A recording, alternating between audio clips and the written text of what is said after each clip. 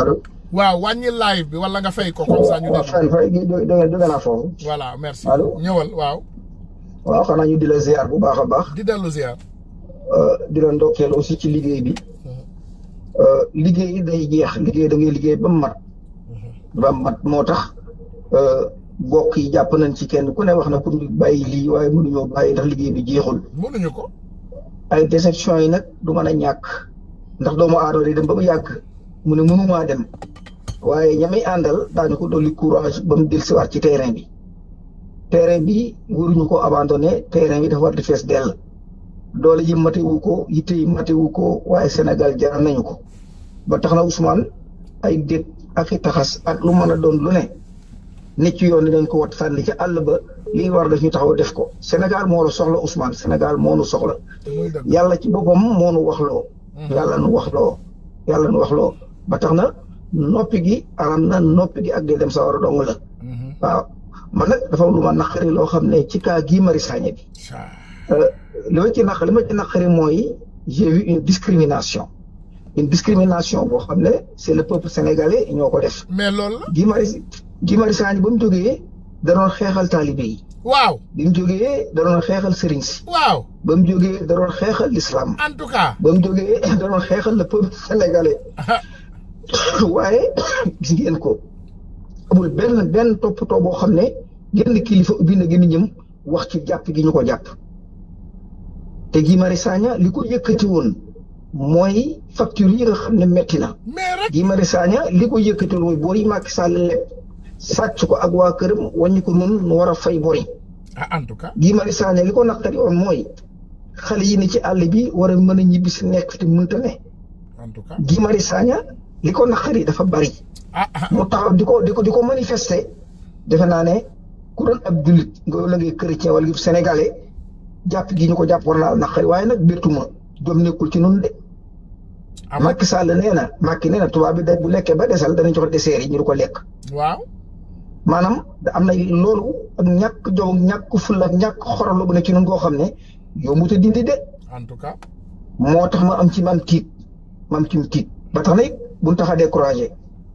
y a aucun problème sans solution te man maa ngi jàkkaarloog solution bi te wóor na ma yaa ngi jàkkaarloog solution bi ñi nga xam ne ñoom lañ ko seqal ñoo amul communication ñoo xamul naka la ak nu ñuy tàmbalee ak fu ñu jëm waaye gàcce mënta passé lii Guy Marius Sagna xam nga ñu téye ko le discours de Macron bi képp tax Macky nañ ko téye en attendant ñu xool nu sous région bi def ko wax ne France dégage di ma defee comme jàpp nañ ko duñ ko baax nañ ko téye. loolu képp tax ñu def ko mais Guy Marius Sagna koo xam ne dafa war a nekk ci marché yi sax ku mel ne Guy Marius Sagna kenn waru koo gis moom rebelle la war a doon Guy Marius Sagna ku mel ne moom am 50 yu mel ne moom dem ba ci àllu Casamance ñu tëdd fa di rocc ku ñëw Dakar di taal di dellu ci action boobu ci la mën a dugg réussir li muy xeex ndax Sénégal yi ko war a jàppale jom nekkul ci ñoom waaw fii ne université ñi ngi manifester li ñuy manifester mooy mburu mi dafay day wow bu ngi ñëw wala ñu manifester naan ceeb bi amul dëwlin wala ñu manifester naan ndawal gi doyul yu ñàkk fayda la ñuy wax te fi àdduna bi toll nga xam ne ñu ngi ci l'intelligence artificielle ci la àdduna bi toll l'industrialisation sax xewi na gars yi léegi fi mu toll mooy ay drone yoo xam ne moom lay yabal ñu dem dikk régler problème dil siwaat Sénégal moom satal gun jàppe mënuñu koo tëgg satala gun jàppe rek mënuñu koo tëgg ku la ci gën a réyu làmmiñ ñu naan la kilifa ngay xoogari li nga sol la bitim réew la jóge mënoo koo defar ñi nga jiite mënuñu koo defar fa nga dëkk mënuñu koo defar toppe une dépendance chronique boo xam ne kan xool suñu bopp Sénégal xale yi ñoo amul jom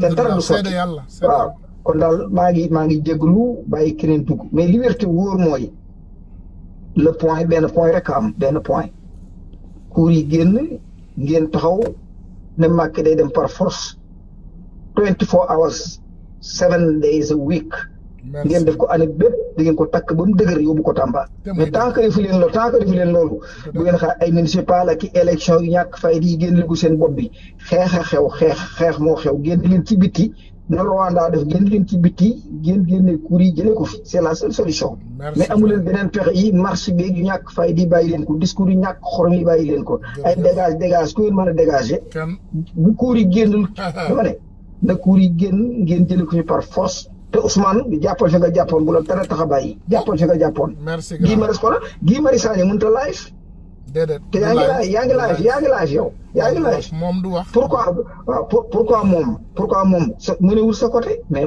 yaa ngi dégg yow mënewoo côté yaa ngi ci àll yor liggéey jàmbur dëgg la en tout cas yaa ngi dégg li nga man ci live mënu ko moom nee la mane man noonu mu mane man mënewu ma noonu loolu mu am ci pouvoir am ko ci kattan am ko ci ay nit bu doon man du ma nekk Dakar dëgg la je vais me casser dans les bois de la Casamance. Je vais être un rebelle un terroriste je vais rester là-bas en Casamance. du ma ñëw Dakar mais damay yable ñu taal di taal muy tàkk mais du ma ñëw mukk ñu tëj ci kaso yi du ma ko def man laal miir bi foofu la laal miir laal gris lu muy jëriñ. mais sa gris la mais gris bi moom griyam la parce que ñun ñooy fay gris bi suñu impôt mooy fay gris bi. waaye ñun palais de la république dafa war a am sax buntu boo xam ne doomu sénégalais bu bëgg a dugg mën ngaa dugg. voilà ñun Macky Sall le projet mooy laal Macky Sall te Macky Sall loxo takk ko dëgër këng ci ay buum waaw gris boobu mënoo fexe bu bëtt ko mënoo faa jaar mënoo dem da nga koy laal képp ñu jàppale bu sànqal nga tëdd sonal sa njaboot. yaa ngi dégg. ku mel ni Guy Marius Sagna na dépassé loolu c'est un rebelle na doon rebelle bu génnee na dem Casamance dans les bois yu baale 50 citoyens non xoolal yow man xam na man j'ai vécu les pays j'ai vécu dans les pays de guerre xam nga ñi ay bandi lañu ñi ay wayu lañu bon duñ bandi duñ wayu xoolal dama duñ wayu de barke sëriñ Sénégalais yi xoolal fukki Sénégal yu déterminé mën nañu wàcce Macky Sall mais dañu xamul naka la dans les bois de la Casamance ñu nañ fa toog di yable Dakar yor communication bu doy barke si ndam Macky dana daw. merci grand jërëjëf. voilà kon mais ay marche dégage ok yàlla na yàlla suturaal jaay merci grand. voilà donc kooku c'était notre frère Ousmane Dramé am na ñaari nit yu doon woote dinaa leen jël léegi dinaa jël bopp ba après bu paree ma jël suñu beneen frère bi doon woote après moom aussi je vais vous prendre tout à l'heure xaaral ma jël grand bopp waa grand nuyu naa la li ma gën a neex ci mbir mi yëpp ngay pël te yow nga gën a mën a wax ci li nga xam ne moom laa laal sànq dama ne bu fekkee voilà ma ne li nga wax yëpp dëgg la est-ce que comprendre nga voilà Macky Sall il est en train de créer un Rwanda au Sénégal voilà c'est loolu ku ko ñëwewul wax rek mais nag xam nga ñun les Sénégalais ñun ñëpp ay naafeq lañ dëgg la Sénégalais ñoom ñooy paye ci affaire hypocrisie affaire naafeq en tout cas est-ce que comprendre nga dëgg la li nga wax Guy Marius Sagna bu fekkoon tey sëtu diw la wala sëtu keneen waaw bu doon jullit tey sëtu diw du fanaan ci kaso bu doon jullit la et puis xam nga ñun chrétiens yi ñoo ñu gën sax waaw ñoo ñu gën a gore les chrétiens sont mieux que nous ñoo ñu gën a gore de ci nekk Sénégal sax parce que li nekk ci diine l'islam yëpp chrétiens yi ñu ngi koy jëfe ci lu baax en tout cas mais ñun lépp lu diine l'islam tere ci loolu lañ nekk sàcc en tout cas ak di toroxal suñu mbokk jullit Sénégal de loolu moo fa nekk dëgg la de parce que ki ñu juutee xanaa du chrétien jullit la en tout cas du jullit la le plus grand criminel du Sénégal c'est un musulman li mu sàcc xel xalaatu ko sax chrétien man musuma dégg chrétien ci scandale yu mag yu mel noonu Sénégal musuma ko dégg I never heard it before chrétien daal dégguma leen ci lii xam nga lan mooy problème bi voilà grand nañ ko wax te dee musuma ko gis Sénégal dañuy ne on est 90% des musulmans on est 90% de kaafar 10% des gens qui font 90% yéeféer moo am Sénégal 2% musulmans ak yeneen 3% yi nekk chrétien ay duulkat ay fen ay yàqkat rek a fa nekk ay naafeq ay munaafeq voilà Sénégal xam nga lan la on a tout copié lépp lu bon ci français gi jël nañ ko lépp lu baax ci ñoom nag jëluñu ko de dëgg la c'est ça la réalité kër goo dugg Sénégal ñu ne la Sénégal naafeq lañu kër goo dugg nag ma ne léegi nag xam nga ñun ñan ñoo nekk di ñu tirer au Sénégal c'est la communauté chrétienne voilà ñoom ñoo nekk di ñu tirer vers le bon chemin mais on refuse. ok. on refuse ñoom ñoo ñu gën de billahi wallahi wa tallahi la communauté chrétienne du Sénégal mais xoolal ñun ay Kolda ay Casamance ay sœurs ñoo fay faj ay jullit. génn nañ barki dem. Vas-y. maa ngi lay It cost Texas Tech. They also had an overtime, multiple overtime went over TCU. grand jéggal ma voilà. ñëwaat voilà jéggal ma dama amoon problème mu communication ñëwal vas-y. non dama ne. tu vas dans la Casamance là aujourd'hui c'est des sœurs qui soignent des musulmans. Ah mais à communauté et puis à majorité musulmans. Tu vas dans des villages de Dabo, de Koungandé, tu trouves des sœurs qui vont soigner des musulmans. Mais tu sais que moi j'ai été à l'école sœur de Vélingara, man fan la jangé. Mais grand, ñun ñep école sœur ko la Saint-Joseph la jangé man. Man école sœur la jangé. Grand Tunkara xam nga lan la ñi nekk ci live bi comme ni nga ko waxee ta rajo là elle est privée ku bëggul dégg lu mu bëgg a dégg nañ def ne mu gën ci live bi quoi est-ce comprendre nga en tout cas mais fii on est là c'est pour se dire la vérité quoi on est dirigé par des bâtards par des fils de pute xam nga en tout cas qui sont en train de voler notre argent qui sont en train de voir les enfants mourir dans mais violence bi Macky Sall di def sur le peuple sénégalais moo ëpp violence bi ñuy wax ni moom la gars yi di def. En tout cas violence mënul weesu ngay xool ta population. ñuy dee ci géej nga jël seen xaalis. Ton frère il détourne 6 000 milliards tu ne dis rien Mamour Diallo il est là tous ces gens là qui disaient que Sonko day fen dans le cas de Mamour Diallo aujourd'hui tëjuñu seen gat. ils se sont noppi nañu bàyyi nañu wax di. tëjuñu seen gat Sonko grand. Sénégal man c'est fini. bis bu ma gisee Sénégal nit yëkkati loxoom à la télé ne liggéey naa fukk ak juróom 15 ans. kenn mënu ma tuumal ci benn 50 francs CFA bis bu ma ko gisee Sénégal ma xam ni kon am na ku gën Sonko wala ku niroo ak Sonko. musul am mais Sénégal kenn ñemewul loolu dans l'histoire même politique du monde sax musul am. kenn du ko wax kenn du ko wax en France quand Fillon l'a fait il a été démenti une semaine après 3 jours après Mediapart a sorti des cafards Sonko aujourd'hui il peut pas attaquer Macky Sall un système un État quand tu attaques un État.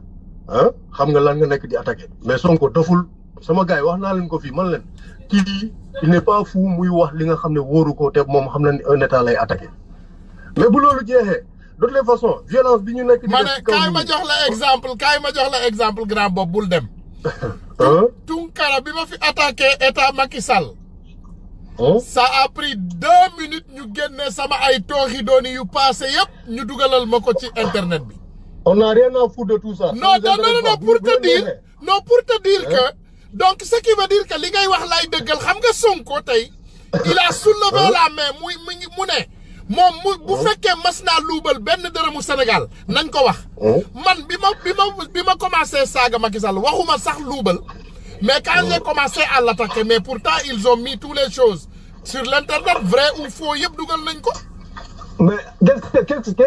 mais grand loolu ma ne. xam nga le régime de Macky Sall là. C'est le régime le plus fort en mensonge. Voilà, exactement. Ils ont recruté parce que xam nga sénégalais fen mooy profession sénégalais une profession sénégalais menteur la fen. En tout cas. Sénégalais mooy ñëw créer loo xam na ni sax amul mais il le fait uniquement pour juste mais xoolal Maître El Hadji Diouf fii la doon tàgg Ousmane Sonko Maître El Hadji Diouf dem kii jox ko xaalis rek mu commencé di attaquer Ousmane Sonko. Après, les Sénégalais, tu ne peux pas croire. Mais regarde aujourd'hui, même en Europe ici, quand tu dis que tu es Sénégalais, regarde, les nous daw. En tout cas. Tu cas où il y Sénégalais, ça mbok Fii Amérique, boo fi nee nit gis nga boo toogee ak tubaab boo toogee fii ak nit ku normal nit ku weex laa la wax de boo ko nee am from Sénégal xam nga lu muy njëkk def day njëkk jël saagam bi d'abord mu jegeel ko boppam def nii toog parce que day xool ndax doo sàcc alalam gi wala nga sàcc ay crédit cartam wala nga échanger ko sac bi jox ko faux sac Sénégalais nous on est maudits on est maudits mais gisoo moo tax xam nga yàlla nee na Dieu il a dit qu'il ne descendra que les dirigeants que vous méritez. Mais oui. Est-ce que comprendre nga aujourd'hui on mérite Macky Sall dañu toog Sonko avait dit nee na bu Macky faluwaatee di ngeen torox. xam nga newoon na terre bi bu demee benn allée lay def du ñëwaat. Sonko gis nga Sonko benn allée la def gars yi yëkkati nañ ko delloo nañ ko France nabi xaala gasi xam nga Sonko man damay bàyyi xel ci ay waxam. non waxam yëpp Sonko waxam yëpp Sonko waxam téere la. Sonko fii la taxaw mu ne Petrotim Alioune Sall dafa sàcc. kenn mënu ko gars yi jéem nañu fay ay nit xaalis ay ñoom Yérim gars yooyu yëpp feeñ nañu mais il ne pouvait pas résister à la charge de Sonko parce que Sonko 10 000 watts la yor boo koy jéem a jeg sa mu taal sa mbaam waaw te Sonko lu muy wax dafa leer Sonko dafa leer lu kii gis nga kii billaay wallaay tallaay grand gis nga yàlla barki yàlla Sénégal xaw ma yàlla bëgg na Sénégalais yi mais Sénégalais yi bëgguñu seen bopp quoi billaay wallaay wa tallaay si on accepte que Sonko nous échappe ah billahi wallahi wa tallahi yàlla dafa war a wàcce mbugalam sax ci kaw Sénégal kuule une bonne fois parce que Sénégal waxkat dëgg amatu fa. waxkat dëgg amatu fa de. man de ma leeral naa ko yaakaar bu ndaw bi ngeen am nii ci benn Ousmane Tounkara. c'est parce que au moins am naa espoir am naa ay nitu dëgg yu ma gis ñu bëgg a jiitu réew mi du ma tudd nag tur xam nga man aw ma grand Tounkara xam nga lan mooy problème bi gis nga ñu na ta vie elle nous intéresse pas yow tu t'es fait tout seul tu t'es battu tu t'es construit est-ce que comprendre nga tu t'es pas construit avec l'argent des Sénégalais est-ce que comprendre nga il faut pas qu'on détourne le débat xoolal bu ñu ko bëggee def un débat personnel yow bul nangu dugg ci détail boobu ñun xam nga lan moo ñu intéressé xam nga lan moo ñu intéressé doomu xaraam yi nekk di lekk suñu alal di ko sàcc est-ce que comprendre nga man ci kaw bi fii su ma fi sàccee xaalis wala ma def fi lu ma fi ne ça c'est moi kooku sama diggante la ak ñi ma ko seetal ça n'a rien à voir c'est un problème personnel il faut pas qu'on mélange les problèmes de la cité avec un problème personnel crypto personnel on n'a rien à foutre we don't care c'est pas notre problème tu n'as qu'à faire ce que tu veux mais aujourd'hui yow ta mission yee nga ay sénégalais yu bëre comme Sonko gis nga liggéey bi nga nekk di def grand ñii da nga tegal seen ndey te laalu loo leen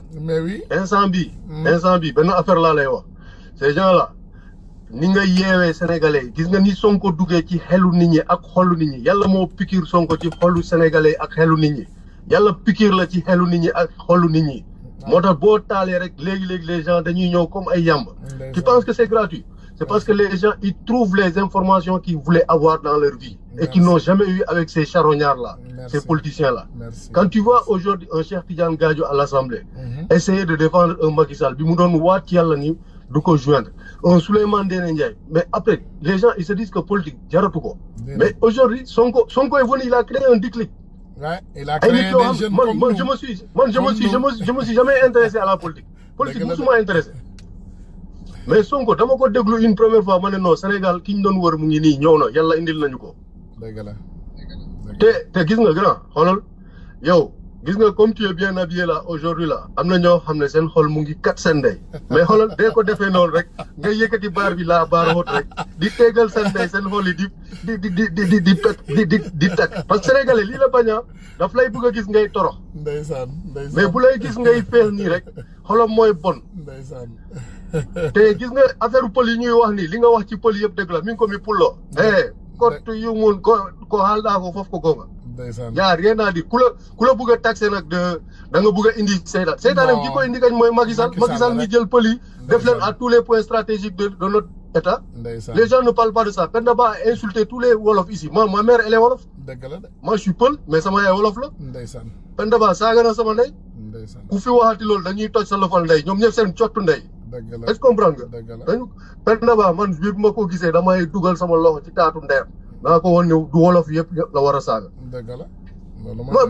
Farba Ngom a pris cette dame là il l'a protégée loolu mooy dëgg cette pute là elle a insulté tous les mais attends au Sénégal les gens sont métissés da ngay ñëw fekk nit papam di pël wala yaayam di joola wala di wolof wala di leneen nga raxule wala leneen exactement gis nga comme Tounkara tey man sama yaay xam nga lu gën a grave man sama yaay bambara la man sama yaay elle est de ñaare tu te rends compte sama papa saraxole la métissage boobu sama yaay saraxole la déglul sama maam ki jur sama yaay sosu la susu tu te rends compte ki ko jur moom Adama Konté shérif la donc du coup man sama kër man rek maa fa ñuul sax man sama frère yeeg sama sœur yëpp dañu xees boo demee sama profilu Facebook boo xoolee sama yaay dafa mel ni naar moi je suis le seul noir de ma famille man rek maa ñuul nii man rek maa ñuulee nii sama frère yeeg sama sœur yi sama yaay nee na bi may nampal bi ma nekkee xale dafa daan gars yi dañ ko daan tooñ benn jour sama papa ngi toog ñuul kukku de toog ci wetam benn waay romb ko ne ko mais yow sa doom kii xale bi ngay nampal ni sa doom la sama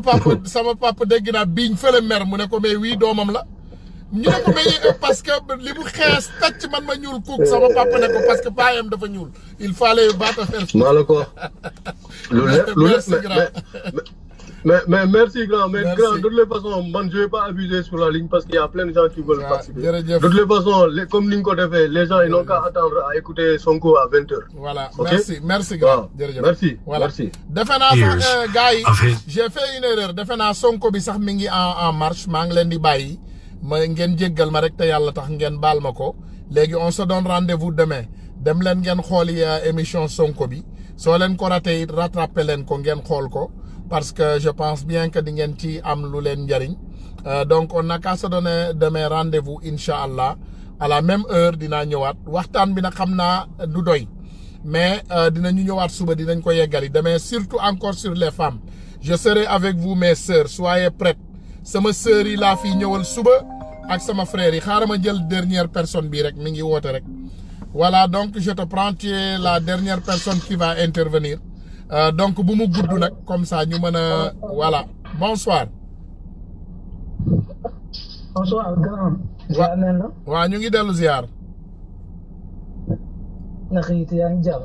maa ngi ci jàmm maa ngi ci live bi.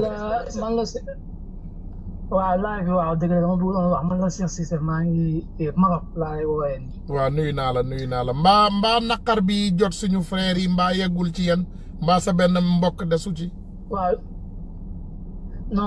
non suñu benn mbokk desu fi wax dëgg yàlla ñu ngi koy dégg métti nañ trop wax dëgg yàlla. waaw waaye nag amul benn mbokk mu si dégg wax dëgg yàlla am na ay mbokk ñu dëkk Kaolack ñu si bokk. métti na trop waaye comme gars yi ni ñu duggee rek di wax maa ngi wax daal ne. dëgg la yow moom xaw ma kan waa yow moom def nga sa waar dëgg def nga sa waar ndax ba ma gisee nga taxaw Macky Sall ñëw Amérique. ñu yooxoo ko nga ànd ak sa mbokk yi bàyyi lépp li nga def nga ñëw wane sa bopp xeex li ngay xeex laa xam ne yow vrai guerrier nga même boo yemoon fii sax neex na ndax yow bay nga sa waar. merci jaayante nga ko def nga jukkoy américain dëgg li nga américain te yow tey bu la neexoon. nga toog Amérique jàpp sa ñàmb ndax sa famille say doom ñëpp a nga fa. waaye dama la bëgg a xamal ne Sénégal yi ngay xeexal jaruñu ko dañ koo jarul du yow yaa njëkk a xeex si Anta Diop xeexal na leen ba sonn waaye xamuñu ko. Serigne Cheikh Al Maktoum xeexal na leen ba sonn xamuñu ko. Sidy Lamine Niass mi fi jógee ba ci démb xeexal na leen ba sonn waaye xamuñu ko ñoom ñoo bëgg a nekk jàmm. waaw dama la bëgg a wax ne la. demal nga enjoy sa life nga toog si sa famille nga jàpp sa bopp nga kuus ndax Sénégalais yi ngay xeexal jaruñu ko dañ lay moom ba nga dugg ba sa biir ñu bàyyi la fa yow kese. waaw mais mënuma leen bàyyi xam nga grand. d'accord naa li nga wax yëpp mais man mënumaa bàyyi parce que Sénégal xam nga dafa am fraction yu bari. am na ki am doole mën a xeex am na ki am làmmiñ mën a wax am na ki am xaalis mën a dund. mais am na keneen koo xam ne moom. bëgg naa xeex waaye dafa handicapé dafa paralysé wala mënul wax wala mënul ŋaang wala amul koom-koom boo xam ne mën naa faj soxla donc la voix des sans voix donc ñooñu vraiment mënuma leen abandonner c'est mon seul problème loolu mooy sama problème waaw dëgg la loolu moom sa mbaax la ak sa kii yàlla na yàlla fay sa xol jërëjëf waaye dama la bëgg a xamal ne sénégalais même bu moom bañul ku sàcc waaye ku ko mayul lay bañ même boo antoon moom tey boo foree xaalis amul lu leen dëkk wax neen ko séddoo la lay wax du la wax neen ko delloo borom neen ko séddoo la lay wax sénégalais si boppam moom moo bëgg lu yomb te difficile même bu nit sàccee sax na ko sédd waaye bañul ko sàcc ndax tey boo toogee xale bu ndaw lu leen dëkk wax mooy man dama bëgg a doon politicien ndax ñoom jàpp ne ku nekk politicien rek da ngay am xaalis waaw da ngay dem ba nga xamante ne réalité bi ñuy dund sax dafa kon koo xamante da ngay xam ne ñii dañ leen téye otage 100% te waxuñ leen carrément lan ñun bu ñu nekkee fii suñu xol day jeex bu ñu gisee suñu mbokku sénégalais yi ni leen di def te ñoom sentiruñu sax ñoom loolu da ngay gis ñoo xam dañuy tëgg di fecci dem def leen neex te ñoom sentiruñu sax dëkk bi métti te ñun dañuy jël suñu xaalis di koy yónnee ni ku teg bëccëg dañ koy yónnee waaye ñoom yëguñu sax ñun coono bu ñuy dund ñun si àll bi ñoom yëguñu sax nguur gi ni mu leen ni buntu xatalee tey courant bi dafa seer luyaas bi dafa seer tey boo xoolee tey boo demee frontière Mauritanie wala frontière Maroc ndaw Sénégal yëpp ñu ngi daw di génn tey 2018 2019 ndaw yëpp ñu ngi daw ñëw Maroc yi nii bëgg a dugg gaal wala ñu dem Libye bëgg a dugg gaal ñàkk ñu jom de bonuñu de dañoo bëgg a tekki waaw te seen gouvernement jàppalewul leen te wanul leen yoon bi waaw te gouvernement bi ndaw ñi ñoo gën a sonn tey man mii may wax ak yow nii c'est vrai je suis 25 ans ba ma nekkee Sénégal góorgóorlu naa ba am sama ñaari machine di taqale waaye tey courant tey bu ñëwee bu seeree tey te liggéey bi demeewul noonu ñun lan lay am ban luñ fi ñu lañ jëlee xaay bu ñu fayee courant ba pare bëgg a fay luyaas te dëkk bi doxul te ñi ñu war a jàppale mooy ndaw ñi bañ juddoo ba tey ñu ngi liggéey suñu bopp mooy sàcc ñu àll jàmbur tuxuñu yàmba dorogewuñu 15 ñu dañoo am jom moo tax ñu génn dugg uti te mosuñoo laal faux billet mosuñoo laal drogue xamuñ sax drogue nu mu mel kon xam nga ne ñun bëgg nañu am waaye nag suñu gouvernement moom moo ñu faalewul. merci te tey da ngay xool tey. grand xam naa nag. bu subaa. bu ma mën ngaa woote waat bu subaa. comme ça ma jël la ñu gën a guddal waxtaan bi comme tey dama tàggatoo woon nii dama la jël rek. parce que gisoon naa ngay woote vraiment bu subaa mën ngaa woote ñu gën a yaatal incha allahu rabbi. incha allah voilà chaque jour dama lay déglu waa ma suba ñëpp lay bàyyi sa xel suba boo wootee dinaa la jël bu soobee yàlla dégg nga. incha allah merci beaucoup benn problème incha allah merci grand merci. kontaan nañ loolu ñu ngi lay bàyyi xel. jërëjëf merci. allo. waaw. ça va kooku. da nga bëgg a jël da nga bëgg a bokk ci live bi waaw ok xaaral ma jël la xaaral voilà ñu ngi jël suñu frère Ndiaga il est de New York Ndiaga nuyu naa la. waaw Ousmane ñun nag dañ lay déglu chaque jour man sax dama bëgg a yàgg ci ligne bi comme damay dawal. dëgg la. mais di la féliciter. te en plus bu la yàlla mayee xëy na am nga opportunité wax ñun xëy na mënuñu wax ngay waxal sa peuple. parce que bu dul daal rek yow say mbokk. ak say jege rek jar nañoo xeexal. dëgg la. parfois nag nit ñi xaw découragé nañu bàyyi wax jooju man li may gën a bañ sax souvent ñu naan way docteur ñoom Guy Marius Sagna am na dañuy faye courant askan bi la ñuy xeexal na askan bi ok ñëpp war nañ jóg mais avant tout xeex bi yow sa xeex la. dëgg la.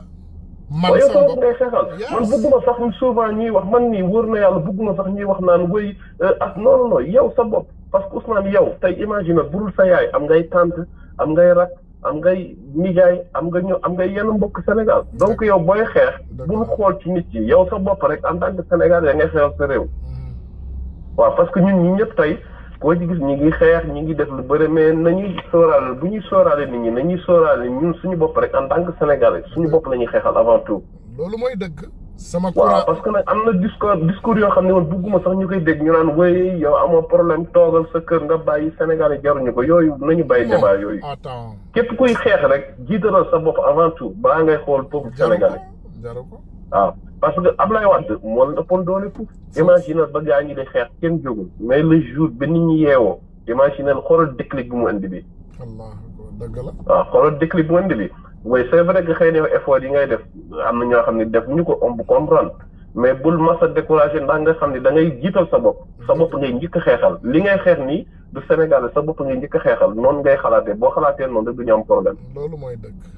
waaw loolu daal laa bëggoon jàllale jërëjëf ay grand. excellent merci grand. parce que bu dul daal rek am na benn wala ñaari Sénégalais yoo xam ne ñi ngi apprécié li ngay def te loolu rek doy na. sama yaay ci ñi déglu ma wax la. te li nga wax dafa am solo. sama yaay ci ñu yokk seen courant ci la bokk. sama frère yi sama sœur yi sama cousin yi. sama dëkkandoo yi sama am di jàmm. très bien ñoom ñëpp dañoo yokk seen courant. ñoom ñëpp même problème bi ñëpp Ousmane maa ngi dégg ñu naan le professeur d'université dëgg la métti na mais professeur boobu am na ay mbokk. am na ay dëkkaale am na ay rak moom ci boppam ñun ñëpp ñoo am problème. Sénégal ñëpp am problème fi may wax ak yow nii donc képp kuy xeex rek yow jiitalal sa bopp boo jiitul booy xalaat nit ñi rek man damay trouver yow tu es malhonnête yow politiciens yi ñooy am kuy xeex rek xamal ni sa réew ngay xeexal. te muy dëgg. très bien loolu daal dama grand. ma ne loolu moo tax defe naa boo leen ko seetaanee même ci sama discours ma am benn cadeau rek laa mën a may Sénégal ci sama àddina.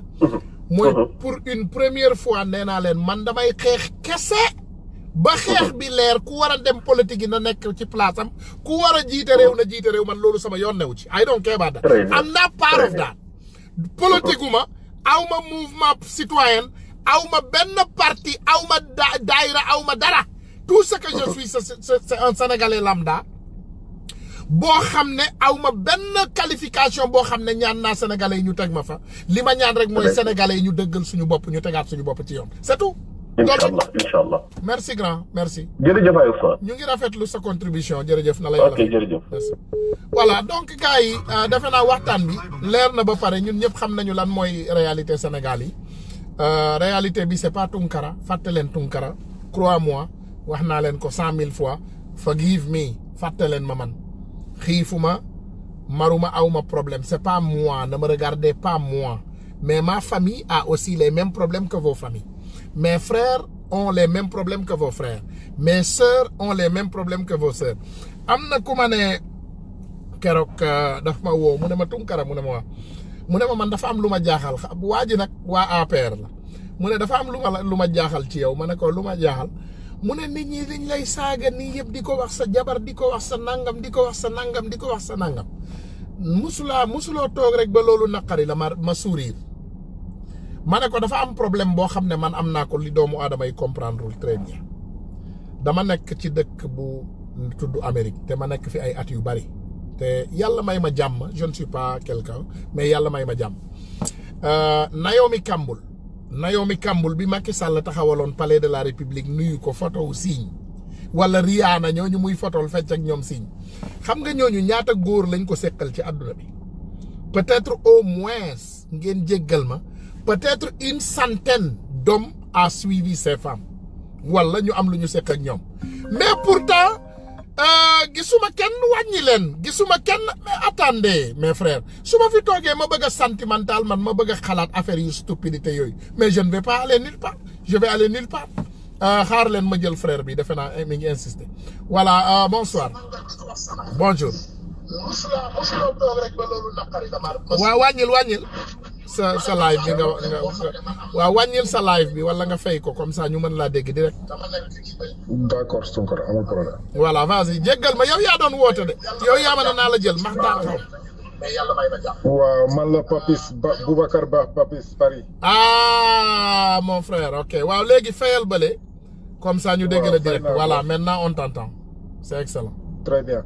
waaw maa ngi jégalu nag parce que live bi jeex na. donc dama xaw a hésité sax pour participer. amul problème vas-y. voilà ça fait un moment nag mu bëggoon la jot téléphone au moins ñu partager quelques trucs boo xam ne c'est un peu important. c'est bon vas-y. après voilà vous m'entendez. waaw on t'entend très bien ñëpp a ngi lay déglu. exactement bon en fait man li ma bëggoon expliquer rek Tunkara mooy sénégalais aussi foog ñu def taxaw seetlu bi mooy. ñun ñëpp dara umpalewu ñu. premier mandat Macky Sall lan la Sénégal ay dund. premier mandat bi. parce que lépp foofu la tàmbalee. dëgg la. donc du coup dañ ci am déception boo xam ne kenn xamul fu mu yem. donc du coup waa ji xamoon na ne leen rek la mënoon def pour am deuxième mandat mooy forcé. te effectivement il a forcé il a réussi mais sénégalais xam nga fan la ñu passé à côté. man mii di wax ak yow génnewuma si sa bopp. parce que su may wax Sénégal dafa damay wax de manière générale et moi. exactement très bien donc du coup man fi may xam ne Sénégal foofu lañ échecgee mooy que ni waa ji buñ ko accepté bu forcé ba jàll. kon donc li ñuy dund tey waruñ ci am mbetteel. déedéet. parce que dañ naan lu feeñ si sëy bi feeñ na si ngoro bi waaye faalewuñu ko. loolu olof yi ñoom ñoo ko doon wax. donc du coup waa ji dafa ñëw rek ak continuité. si deuxième mandat donc ñun. fu ñu échecgee mooy lan moo tax ñu accepté waa ji forcé jàll deuxième mandat te xam nañ ne jàllu dafa sàcc élection yi ñu bàyyi ko mu jàll toog jàpp suñu ñàmbur donc le même jour bu ñu annoncé résultat yi ne Macky Sall jàll na 58% te xam nañ ne c'est quasiment faux la ñu waroon wàcc ci mbedd bi comme ni ñu ko defee Ablaye Wade effectivement donc foofu la échec bi tàmbalee donc du coup buñ ko bàyyi nag ba mu installé at ay njabootam léegi nag ñu bëgg a taxaw naan non lii dafa cher lii gauche lii droite amuñu ci benn mbetteel donc du coup ñun bu ñuy mere dañu mere suñu bopp ba pare. voilà Macky Sall nag ñu bàyyi ko ak suñu borom subxanahu wa taala. parce que moom dafa yaakaar dafa am kàttan mais képp ko am kàttan rek si kàttanu suñu borom nga jokk.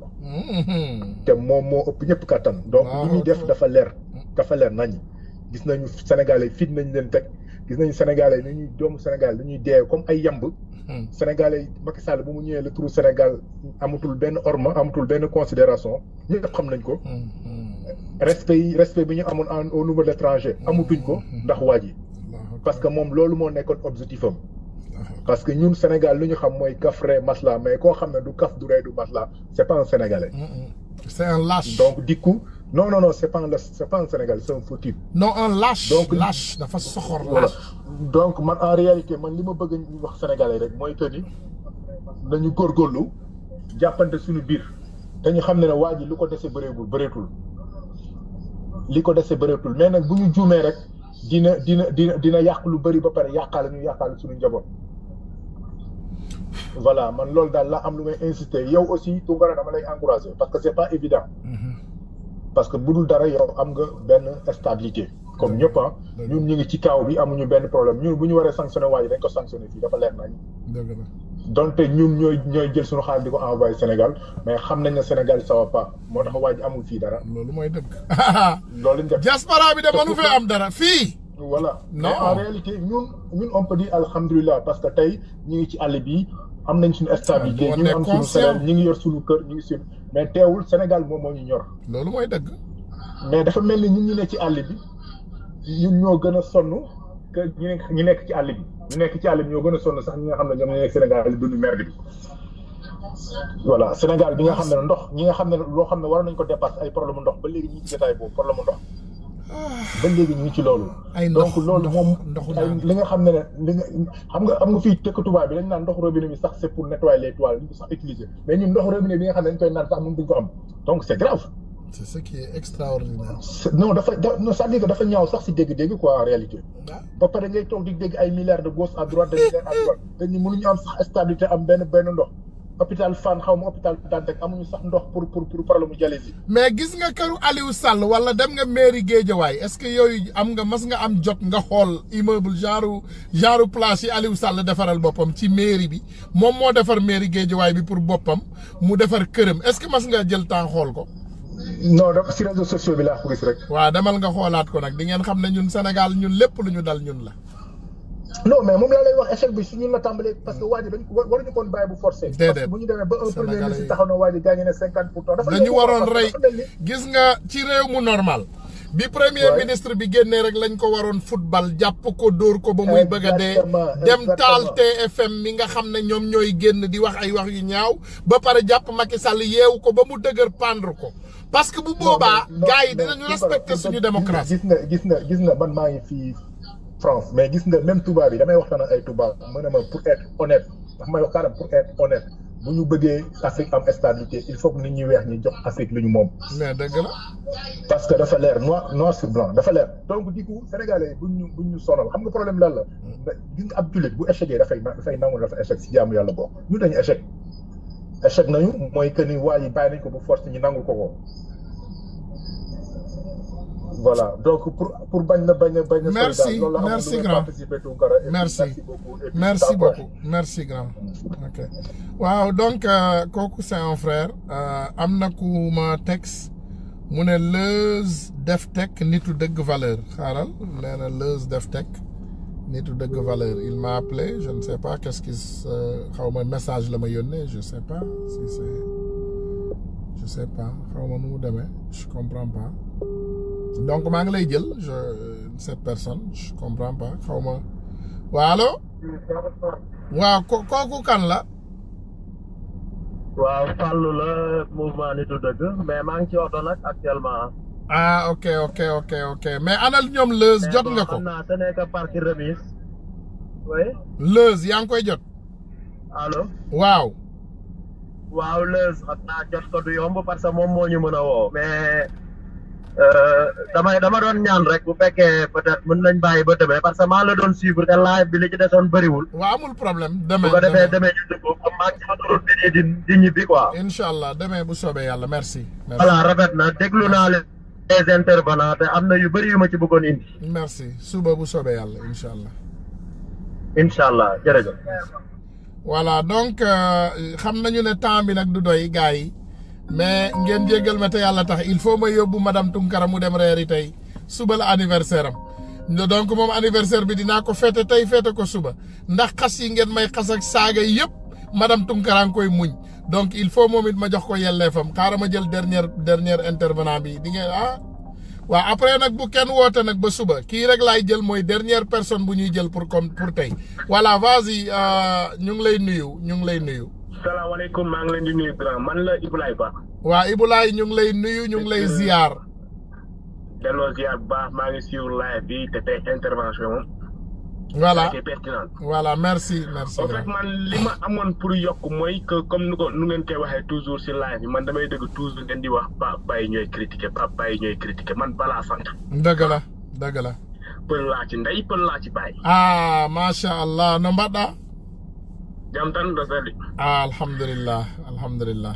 mais tey ji may wax ni ak yow man sama yaay Macky la àndal. dëgg la mais ak man ak sama bos. mais man aduna du neex. man ma ànd ak Macky. dëgg la lu tax du ma ànd ak Macky. parce que man bu may ànd damay ànd ak njiit bu nga xamante ne am na yërmande si askanoom. dëgg la. te Macky Sall amul yërmande si askanoom amul xol. te maa ngi doon dégg benn waaye di ne yàlla day jox askan njiit bu ñu mérité. te man mun naa ne loolu d'une part on peut le certifier mais d'autre part mën nañ ko bañ a certifier. dëgg la. parce que lu waral loolu. des fois nit day ñëw du la wan kanam moom du la wan visage am même si biir groupe bi am na ñu nga xam dañuy ñëw di gëm-gëm lu ni ay patriotes lañ mais en réalité ils sont pas des patriotes c'est des espions. dëgg la.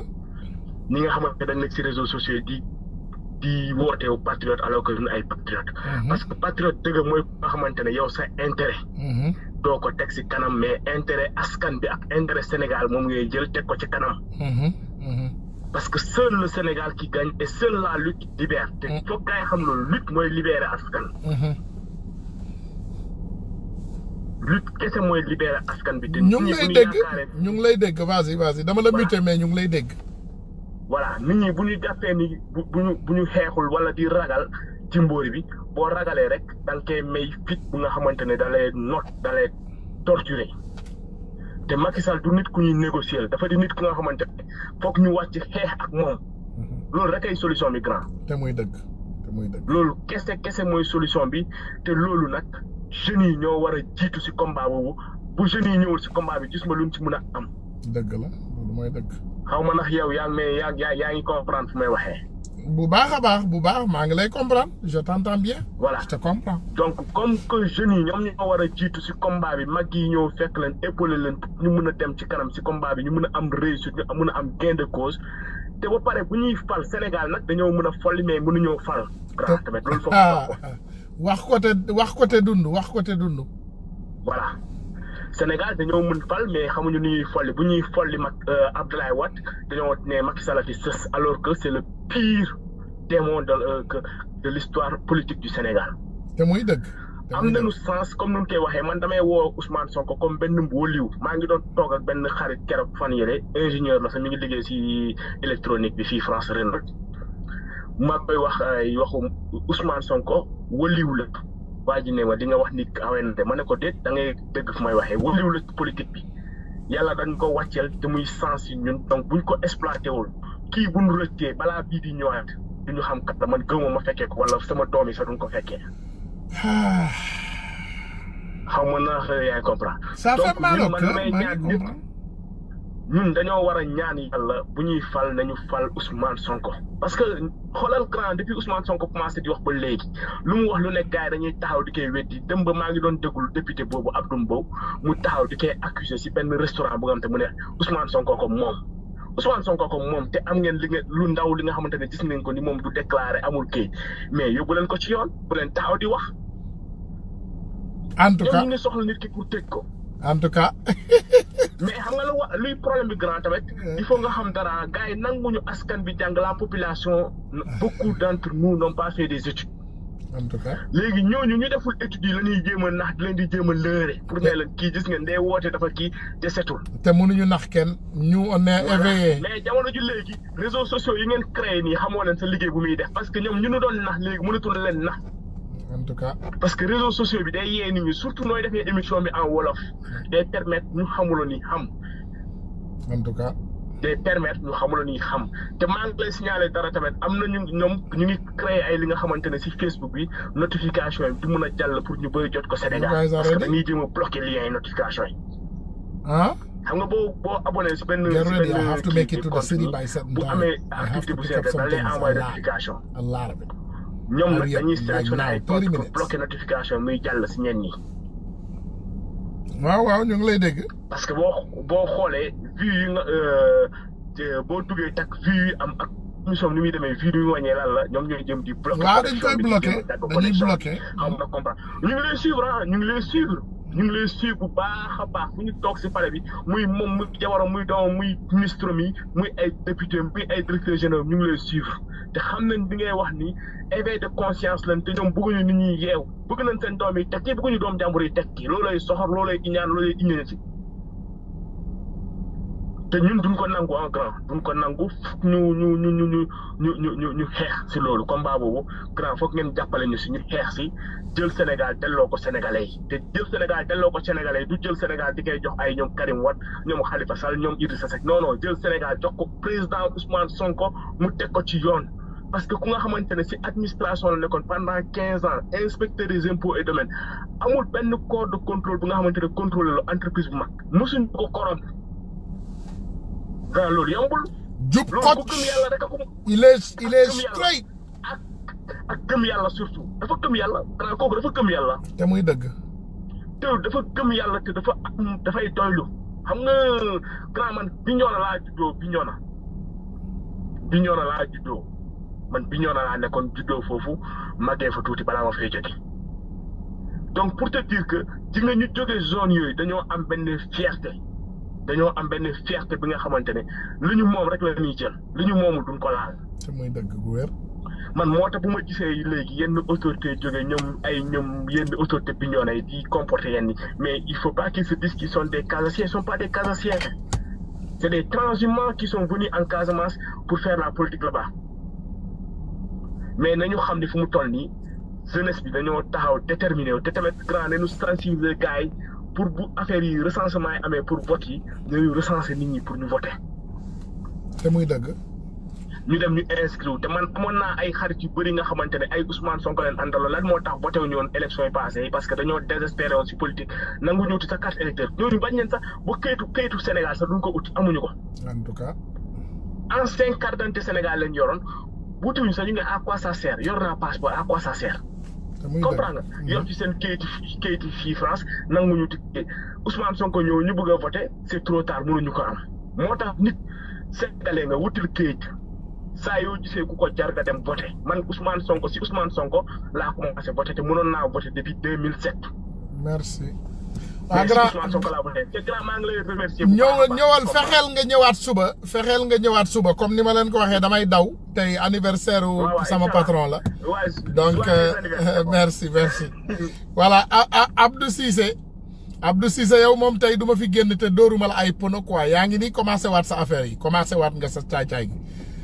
donc kon mën nañoo ne aussi réew mi partie Thiès la région de Thiès parce que Sonko il est une partie thiessoise partie Fouta et partie Casamance yaa ngi nii nga ne waa Sonko ñi nga xam ne ñoo voté Sonko partie Casamance la loolu baaxul voilà Sonko du waa Casamance rek Sonko waa Sénégal la Idrissa Seck waa Sénégal la Sonko waa Sénégal la Karim Wade waa Sénégal la ñëpp waa Sénégal lañu donc s'il vous plaît dans la politique ku nekk mën ngaa xeex man gis nga boo leen fi duggee ku ne mën ngaa ànd ak koo bëgg voilà ku nekk mën ngaa ànd ak koo bëgg man nag du ma défendre Sonko comme ni ma leen ko waxee je ne suis pas là à défendre qui que ce soit comme nu ma dul défendre Idi noonu laa dul défendre Sonko bu ma waree critiquer dinaa critiquer qui que ce soit ñoom am nañu ay nit yoo xam ne jël nañ leen pour ñu ñëw défendre li nga xam ne mooy seeni ay intérêt Sonko parti politique la yor am na ay nit yu koy défendre Idi parti la yor am nañu ay nit ñu leen di défendre donc li am importance rek mooy ñu waxtaanee Sénégal ñu waxtaanee intérêt Sénégal ñu waxtaanee intérêt peuple sénégalaise ba Sénégal yëpp gis ci seen bopp c'est ce qui est important donc te gis nañu ne comme ni ma leen ko waxee on voit que Macky Sall il travaille très dur encore pour diviser les Sénégalais mais il ne nous divisera pas li muy def yëpp nag gis nañ ko ñooñu du seen faute bu jëlee Fuuta yëpp jox leen ay place loolu kenn mënu ci dara loolu kenn mënu ci tous waaw yéen ñiy souhaité madame joyeux anniversaire waa anniversaire bi suba la anniversaire bi suba la anniversaire bi tey soirée première soirée wu anniversaire bi la tey dañ koy génnee rek pour yóbbu ko mu reeri neexal ko xam nga rek mooy yooyu après bu subaa nag ñu fête anniversaire bi suba nag moom man damay dugg ci waañ bi man maay koy defalal ay affaire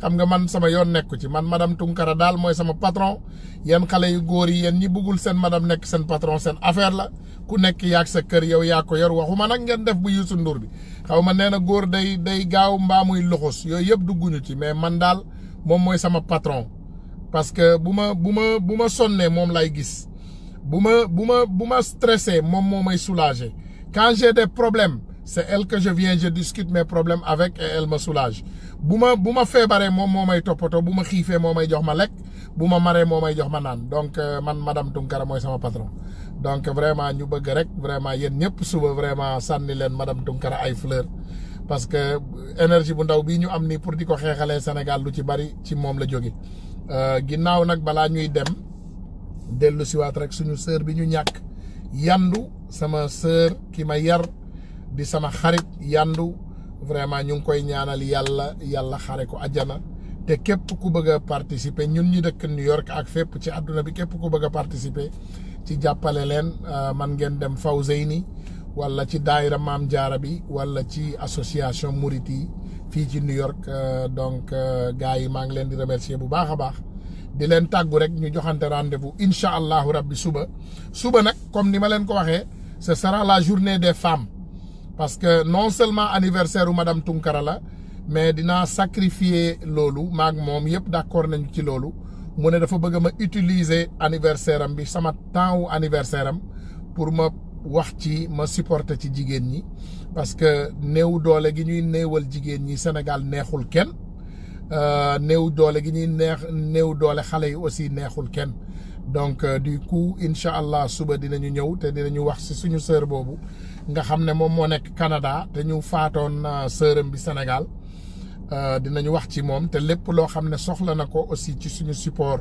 dinañ ci ànd ak moom ba justice am parce que gars yi rey sœuram bi ñu ngi ci biti di tàmbaambalu di dox librement et sœuram ñàkk na bakkanam donc suba ci loolu la ñuy concentré wu vraiment maa ngi leen di remercier bu baax a baax di leen jéggalu nag mu ne Idrissa Tunkara vive Sonko président parce que waaw gars yi merci Abdou Idi gars yi yëpp vraiment maa ngi leen di ziar suñu xarit yi yéen ñëpp maa ngi leen di nuyu bu baax a baax di leen remercier encore merci tout le monde pour le souhait yéen ñëpp ñu ngi leen di jaajëfal vraiment ñu joxante rendez-vous suba incha allah suba même heure suba Mati xam naa day ñëw tôt Mati 3 pommes dina nekk tôt comme moom ni muy def toujours après Mati 3 pommes maintenant nous on va continuer parce que dañuy bàyyi aussi sénégalais yi seetaan ko parce que moom comme journaliste la et elle fait un travail magnifique dañu bëgg ngeen dem fa ngeen seetaan li muy wax après bu paree léegi ñun ñu continuer ak affaire jigéen ñi beneen affaire rek boo xam ne ñor na ma te toujours ñu ngi koy waxtaanee keroog dimanche j'ai eu la chance ma participer ci live Mati bi ma seetaan laa bëgg a wax ma gis ne vraiment y avait beaucoup de violence d'insultes et ay wax yu ñaaw yu bari mën nañ ko wàññi nag parce que vraiment ndaw soosu comme niñ leen ko waxee comprendre leen ko bokkul ci benn parti politique àndul ak benn politicien Mati liggéeyu journaliste lay def Mati du Tunkara xam nga Tunkara il n'est pas journaliste Tunkara il est activiste donc ñaar yooyu man am na ñoo xam ne du ma leen jël am na ñoo xam ne du ma wax ak ñoom am na ñoo xam ne du ma def ak ñoom mais loolu du Mati donc vraiment ñu ngi bëgg rek ku nekk nga respecter sa territoire morom comme nous on est des patriotes nañu respecter suñu territoire ba bu ñu dëkkal fu ñu dëkkul te bu ñu jox tur yoo xam ne moomuñu ko on connaît les insulteurs ont été payés par Macky Sall et ils ont abonné sur Facebook par nombreux comptes faux comptes Facebook bis bu ne nit créé faux compte Facebook man mii saaga ma ndey ci kaw ba ci suuf ba ma tooy chaque jour ngeen gis leen fii donc il faut ngeen comprendre ne nit ñi attaqué ñooñu ils n'ont rien à voir avec les patriotes patriote bu ci bokk s'il te plaît il faut vous retirer de ça parce que du loolu moo ñu tax a jóg nañu wone suñu côté civilisé xam nga ku leen newoon Tunkara dina sol cravate bay takk baat doo leen ko gëm parce que ñu bari ci yéen ceux qui dorment ils se disent que ce gars-là c'est quelqu'un qui n'a pas sa tête sur ses épaules te wallahi bu ma leen ko waxee comprendre leen dañuy dóor suñu ay costume ba pare ànd ci ak ay training ànd ak jamono nag ñun niñ koy defee dañu ànd ak ay jamono dañuy sol costume bi mu normal sol ko solu civilisé xam nga léegi costume maanaam xewatul sax sol costume ak cravate sol sa dàll yooyu di ko laase mel ni non costume boo koy sol nii da ngay dóor sa costume nga dóor sa ay dàll yu normal sa ay training par exemple tey dama sol costume bi ba pare ma teg ci dàll yi nii lañ ko def ñun costume saraxole bi la donc on fait ça voilà dóor costume bi sol training yi voilà defar cravate bi mu noir mu sew xam nga cravate booy sol pour dem reer yi ak booy sol pour dem assemblée nationale sénégalais bis bu ne yéen a ngi cravate di def seeni ay manière ñun ñoo leen dàq costume mu dàq leen cravate gën leen ànd ak jamono c'est que duñ ko def toujours parce que ñun ñëwuñu fi pour wonewu dañu ñëw fii pour xeex tey nag madame Tunkara moom bi donc vraiment Tunkara tu es une fierté Abdou Cissé de même que toi tu es aussi une fierté comme niñ ko waxee ay nit ñun ñëpp fii xam naa li ñu différencier rek mooy camp la ñu bokkul ñu bari mais on est tous des sénégalais bugguñu kenn ku am naqar bugguñu kenn ku jooy bugguñu kenn ku mettital moroomam parce que on est des frères et des sœurs et on s'aime beaucoup dégg nga voilà donc vraiment ñu ngi leen di remercier waat seen waa kër yëpp di leen jaajëfal di aussi jaajëfal seen waa kër yëpp di leen tàggu ba suba incha allah demain je vais appeler incha allah way Idrissa Tunkara way on vous attend demain ñu xaar leen yéen ñëpp ngeen woote ngeen participer incha allah voilà merci encore les gars merci les amis